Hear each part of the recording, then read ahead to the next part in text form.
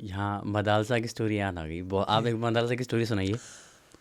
मदालसा के जो पति थे, तो वो बालक जब भी बॉर्न होने लगता, तो मदालसा उन्हें क्या करती, घर जब बच्चा क्रेडल पालने में होता तो उसे लोरी सुनाती। निरंजनोपि शुद्धोपि, बड़ी लंबी सी लोरी है जिसका कुल सार ये है कि तुम एक निरंजन शुद्ध आत्मा हो, तुम एक चैतन्य आत्मा हो, और तुमने इस संसार के अंदर जन्म ले रहे हो, लेकिन इस बात को याद रखना कि तुम ईश्वर के अंश हो, तुम्हें पुनः ईश्वर की ओर जाना है। ये बात वो सुनाती। तो क्या होता कि उनका जो भी बालक पैदा होता, उसको फादर बड़े इंटरेस्ट से नाम रखते, विक्रम और अजय और ऐसे ऐसे नाम रखते। वॉरियर, उनको वॉरियर चाहिए था। अब होता क्या था कि वो बच्चा थोड़ा बड़ा होता और फिर वो आगे ज्ञान लेता और फिर वो तो विरक्त हो जाता, चला जाता संसार छोड़ के। राजा बड़े परेशान हो गए, तो उन्होंने मदालसा से कहा कि ये तो नहीं चल सकता, मेरी संतति अगर राज्य को कोई नहीं संभालेगा तो राज्य तो मदालसा ने कहा कि जो कैरेक्टर राज्य के लिए चाहिए, जिसको हम देखते भी हैं आजकल के संसार में, तो वो तो श्रूडनेस, कुटिलता, बहुत सारी वो चीज़ चाहिए, तो वो तो मैं नहीं इसमें इंस्टिल कर रही हूँ। तो बोला कि वो करो अब उसके अंदर इंस्टिल। तो अब जो बालक हुआ उसके लिए चूंकि राजा ने इंसिस्ट किया, तो she gave birth to child, जिसको उसने वर्ल्डली नॉलेज ही दी सारी, कि राज्य और समाज और राजनीति, इसकी पूरी शिक्षा दी। और फादर नाम रखता था, तो उसने कहा इसका नाम क्या रखें, तो मदारसा ने इसका नाम रखो अलर्क। ये नाम बड़ा अजीब है, अलर्क। अगर आप इसका मीनिंग करोगे संस्कृत में तो इसका तो पागल कुत्ता। तो राजा बड़ा परेशान हुआ, बोला ये क्या नाम तुमने दे दिया बालक को।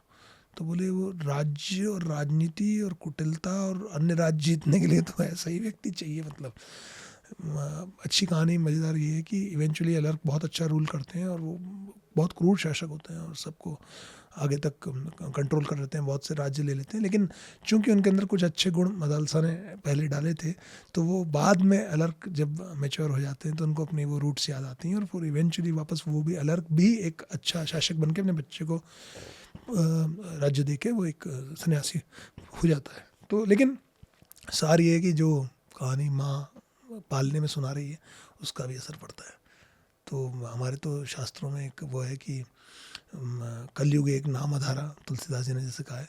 और हरेर नाम हरेर नाम हरेर नाम केवलम, कलौर नास्तेव नास्तेव नास्तेव गतिरन्यथा। तो शास्त्र में किसी बात को 3 बार जब कहा गया तो माना गया है फाइनल है। 3 टाइम्स अगर कोई कहा जा रहा है, 3 times is the utmost thing. तो इस कली काल के अंदर भगवान के नाम से अतिरिक्त और कोई मुक्ति है नहीं। एक श्लोक है, तो इस श्लोक का अर्थ यही है कि हरिनाम हरिनाम हरिनाम ही केवल इस कली काल के अंदर, इसके सिवा और कोई मुक्ति नहीं दे सकता। तो अगर माँ इस तरह की वैल्यूज इंस्टिल करती हैं, वर्ल्ड तो देखो जैसा है वैसा ही रहने वाला है, चेंज होंगे थोड़े बहुत एस्पेक्ट्स इवेंचुअली ऐसे, और ये कॉन्स्टेंट इंटरप्ले चलता रहेगा। आप उसमें only thing what you can do, you can not say that I am not going to participate. Once you are in the world you have to participate. प्रतिभागिता आपको करनी पड़ेगी। आप क्या चूज कर सकते हो, आप ये चूज कर सकते हो कि मैं क्या साइड पे खड़ा रहूँगा। So you go in to a cafe, you have a choice to choose order, but in this cafe you are supposed to, you cannot remain hungry. You have to eat and move, that's it. So the choice and order, so that's the way world moves. तो आप क्या चीज़ को ग्रहण करोगे इस संसार में आके, वो आप डिसाइड कर सकते हो। बच्चे के लिए माँ और पिता डिसाइड करते हैं कि वो क्या ग्रहण करेगा, तो वो गर्भ संस्कार का हिस्सा है।